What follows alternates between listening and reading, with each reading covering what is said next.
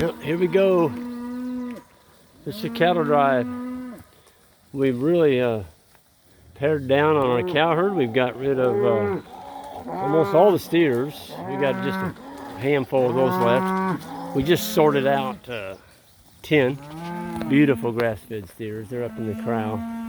They're headed to a new owner in the morning. And they're going to be about 700 pounds, I'm going to guess, somewhere in there. 650, 700 average. Anyway, this is all cow-calf pairs. And yearlings, bulls, and what's left of the steers. And we sold off a bunch of cow-calf pairs, some older ones. And to make room for all the heifers, we're going to be having, I don't know, close to 50 heifers coming into the herd next year. So we wanted to make sure that we didn't winter more than what our farm can take without having to feed a lot of hay. And so you just sell. That's what you do. You sell some of the animals off.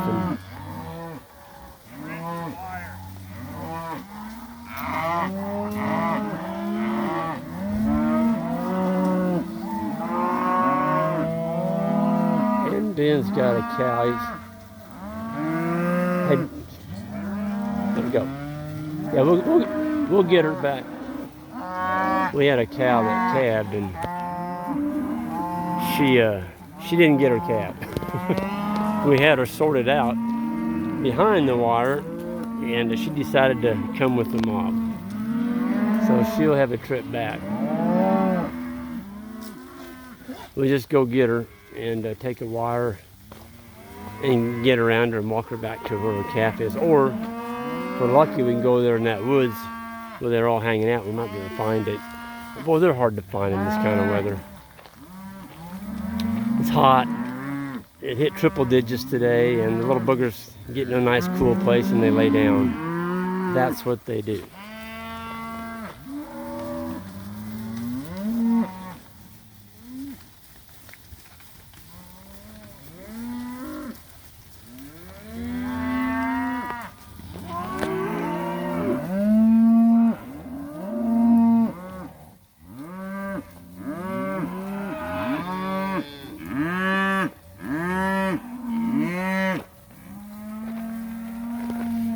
Yeah, you notice they're all going over to the shady part of the cattle drive.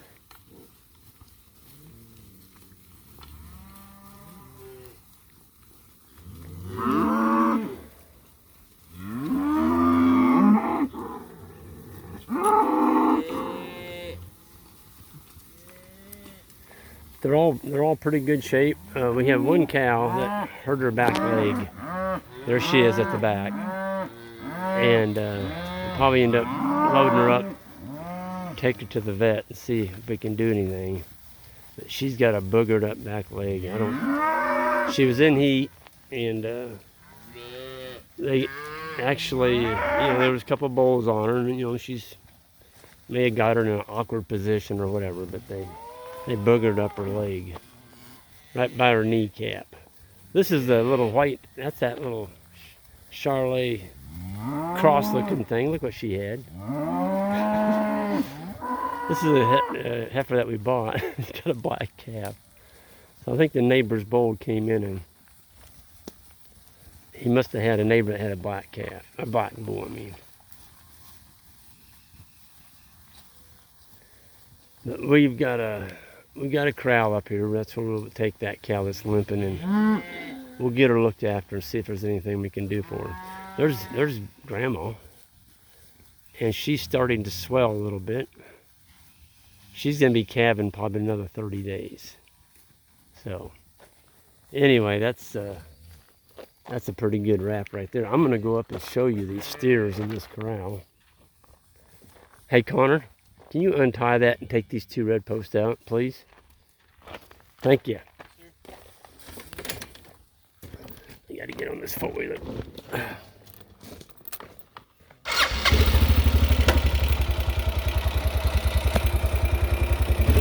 Show you these steers. Whew, man, it feels good to get on this four-wheeler. Get a little air.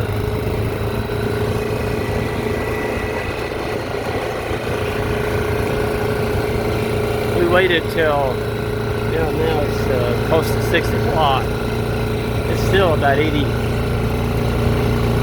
Came off the monitor a while ago. I looked at it on my phone. It was 84 degrees at 6 o'clock. So probably won't cool down much below 80 tonight. The humidity is about 92%. It's just brutal because of all the rain we had, which I'm not complaining. Not complaining at all. You know, that's the thing about Missouri.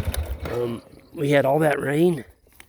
And we had another bout of rain last week, and we're like, man, I wish we could get it to dry up a little bit. Well, it did. We hit 100 degrees now for about 4 days in a row. And actually since Monday, yeah, 5, 6. About 6 days now, no rain. And oh, look at that little bunny rabbit. Hey, little bunny. Getting him, look at that. He's getting him a bite of grass.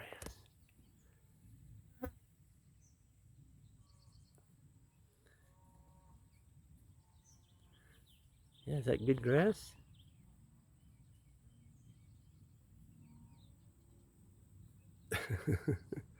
That's pretty cool.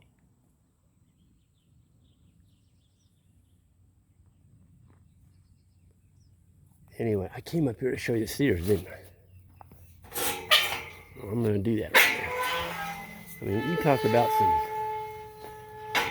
about some slick hided steers.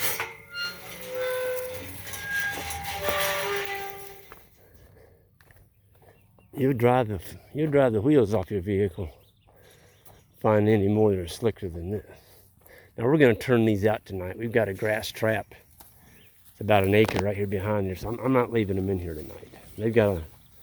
They've got a trip tomorrow, and I want them to be nice and full and get them hydrated. I've got piped water over there waiting for them. Get in here and show you these dudes. So these are all would have been bulls that didn't make the cut for whatever reason. Maybe they had a lopsided testicle. They didn't have the chest or the girth, or you know, they didn't shed off as quick as the others, or whatever. And boy, did they make a nice looking bunch of steers. They're all young. I'm going to say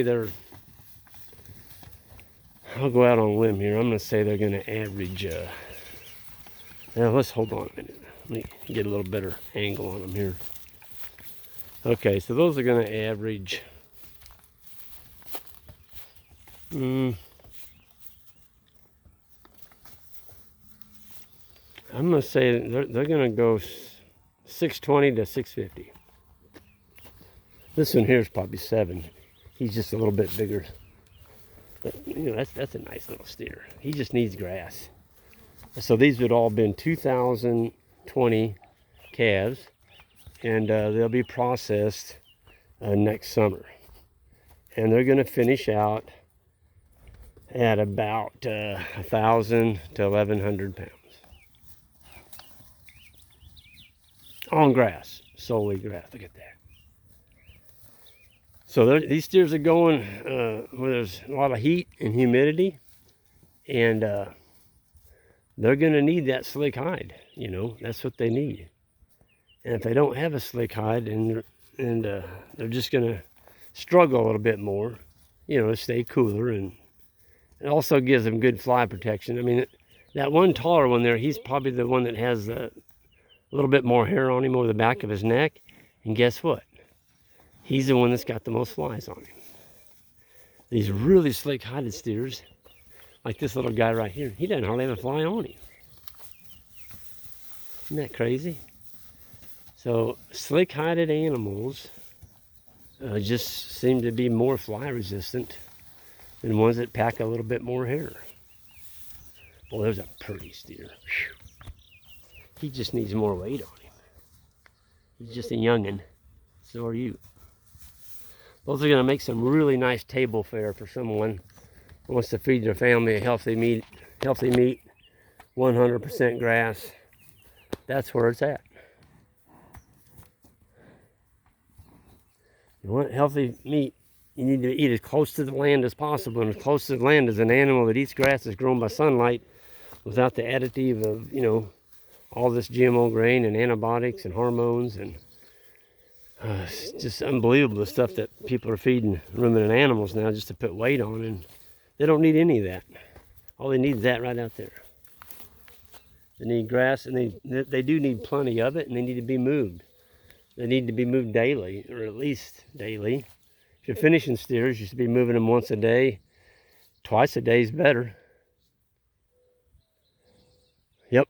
So it just depends how fast you want to get them finished, you know, and just give them a good salad bar every day. They'll get finished a lot faster. So anyway, I wanted to just show you them, and we're going to turn them out here in a little bit. And matter of fact, the reason we put them in here is I wanted to get that cattle drive done first.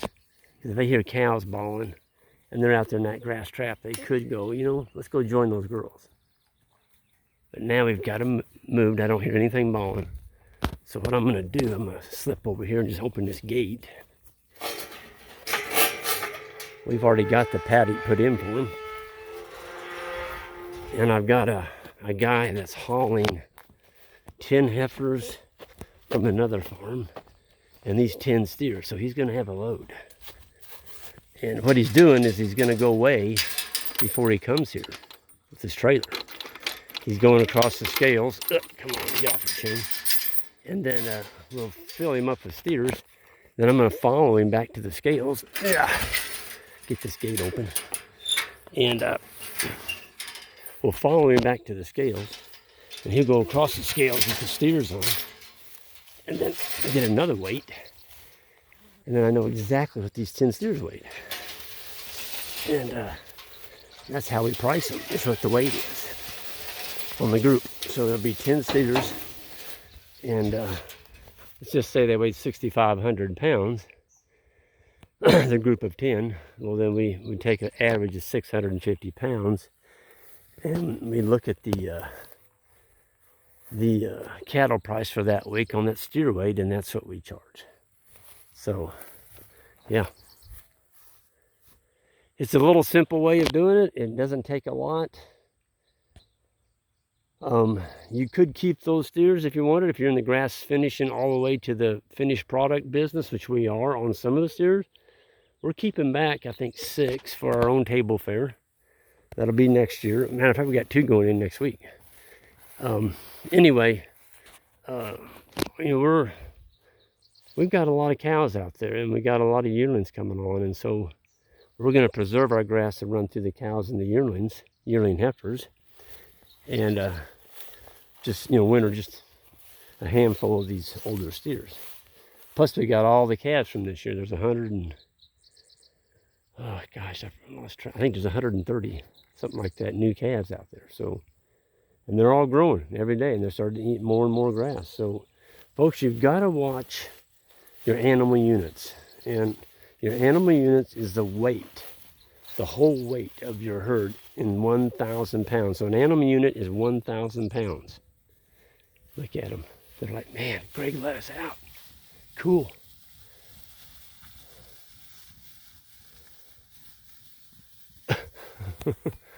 I'm just going to leave that gate open. They're not going to go back in there. In the morning, we'll just walk them back in there with the tape. They don't have a big area here, but they got enough to eat, kind of pick on. And, ooh, there's a bumblebee. Got him a bumblebee nest around here somewhere. Boy, there's a big old fiberglass rod. Look at that. I need to jack that out. Look at that. That's a 3.5 incher. I used to be able to get those. That thing's 9 feet long. That was part of my original crowd, folks. And I need to jack that out. I can jack it out with the tractor jack. We don't use it. Wow, I forgot that was there. That was my original corral. I had a 5-strand high tensile wire corral. That's what I had. 5-strand high tensile electric fence corral. And I'll never forget the first time I brought cattle in. I had 30 cow-calf pairs. The owner saw that. And we were going to load them out that fall, and he looked at that crowd and he goes, Greg, doesn't look to me like we'll be loading any cattle today. And I said, well, we haven't tried yet. He goes, they're not going to stay in that crowd. I said, well, I've been running them behind hot wire all summer. I just turned that water on. I said, we'll see. And so we did. His wife and I, the three of us, we got behind those big old cows. I mean, they were big cows. We're talking 1,600 pound average. And we got behind them with a piece of our white ribbon, and we walked those 30 cow-calf pairs right into that corral. And they didn't go out. They didn't run through the fence. They didn't run through those electric wires. We loaded all 30 head and the calves. And the owner's like, I never would have believed it. But he'd never used that much hot wire. And so we had a lane built right over here by that red gate going down the hill. And we brought those calves and calves into there. And we're standing behind them with a piece of ribbon. And this ribbon was about 4 inches wide. It was white. And all three of us had it stretched out behind us. And these cows were a little touchy. They weren't super tame like our South Pole. And we started walking up this hill, and those cows were looking at that ribbon. And the husband turned around to me, and he looked at me. And this is a cowboy, folks. This guy had brass buckles and the cowboy boots and the real fancy Western shirt and real nice designer jeans. And he's used to, ramming cows and punching, being a little bit more manly with them. And we had that piece of toilet paper between us. It looked like toilet paper. He looked at me and said, Greg, if you ever tell anybody that I put these cows in that crowd with a piece of toilet paper, I'll kill you. And I said, okay. And at the end of the day, it was so funny. He came kind of up to me, kind of casually, kind of shyly, and said, you wouldn't have an extra piece of that toilet paper stuff, would you, that I could use? That's pretty handy stuff.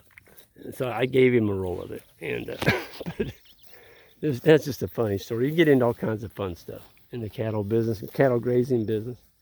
But look at what's coming here. Giant ragweed. Yes.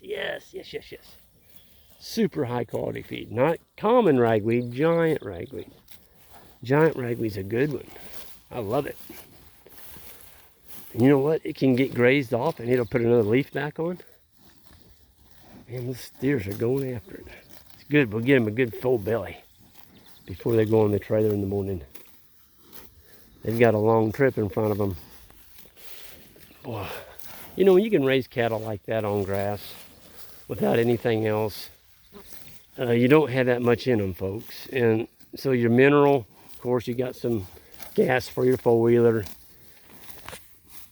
If you're renting land, of course, you have the lease payment. But it's not like we're out here buying hundreds of thousands of dollars worth of equipment and all this seed and chemicals and fertilizers and all this stuff. That's what I say. The grass-fed business is the best business to be in because it doesn't take a lot. But I'm going to, go out on a limb here and say, before you get into animals like this, or you're going to receive animals, you need to work on a couple things, and that is perimeter fence. And there's a lot of people watching my videos, and they see that little wire over there. That's a poly wire, and they're like, well, shoot, we'll just go get us a roll of poly wire and a few step-in posts, and we're in the cattle business. No. That poly wire and that step-in post right there is not a perimeter fence. It absolutely is not. And so, if you ever get into livestock, you need a minimum of a 5-strand perimeter fence. And it should be, if it's against a gravel road, it needs to be something pretty substantial, If you're going to be running sheep and cattle, get a woven wire fence. A woven wire, you just don't have to worry about neighbor dogs or anything. Put a woven wire fence in with a barbed wire on top of it. Don't get animals, get them brought to your farm and have them go charging through something like that, and then they're gone. And folks, when they come off that trailer, they're stressed. And I don't care how tame they are. They're going to run because they've been hauled for countless how many hours, and they're in a new home. And the cows will come out of there and they're going to run. They don't know where the fence line is. It's a new farm. And if you're depending on this to stop them, it might. But there's a 50% chance that it might not. And if they go through that and you don't have a perimeter fence out there somewhere, they're off of your farm. You're not going to get them back. You might, and you might not. They may end up in the middle of a blacktop or an interstate. And you just can't do that. And so, you know, I've got into that a few times, and I've just had to tell people when I've delivered them, like, you know, I can't take them off. I just can't take these cattle off here. And I've learned, you know, I've had a couple of situations where, you know, we did, and most of the time it didn't turn out well. And so now I look at the perimeter fence first. That's the first thing I look at. And if they don't have a perimeter fence, I'm not unloading. Because, you know, I have to live with that. And this is a great business, folks, but you got to put some money in fence. Forget about the tractors. Forget about the 500 implements that hook onto a tractor. You don't need all that stuff. But you do need some fence. And you owe it to the animals. You owe it to the animals. They don't know any better. It's up to you to protect your animals and make sure they're safe. And if they're not safe, you shouldn't be getting them. I don't care. I know you're anxious. You want to get animals on your farm, but get something like this. I mean, that's a good fence. You got woven wire. You got a barb there on top. We got electric. Of course, these animals are trained to electric. They're not going to go through that. But I just wanted to cover that. We've had a few incidences where, you know, cattle got out, and then it's a real deal. It's a real deal getting them back. So for those newbies out there that have never had livestock before, mark my words, do not get any livestock until you take the time and the energy and the commitment to build fence. And if you don't know how to build fence, find somebody that does. We just went to a farm in Illinois yesterday. We delivered some heifers, and he's got a bull coming next year. And I'm telling you what, Tom, my hats are off to you, buddy. What a fence. I mean, this guy, Tom, went out and hired a fencing contractor, and they know how to build fence. And he's all around corn and beans all the way around him, 3 foot of topsoil. And he has a beautiful farm. And guess what? His animals are happy because they're there, they're safe. Tom's happy, he can sleep at night. He made the commitment. He didn't bring livestock onto his farm until he had fence. And now he's got sheep coming. He's bought some sheep and a guard dog from us. And I was a little bit anxious until I saw what he'd done. And I'm like, Tom, my hats are off to you, buddy. You did it right. And so just take the time, slow down. You don't need to get your animals right away.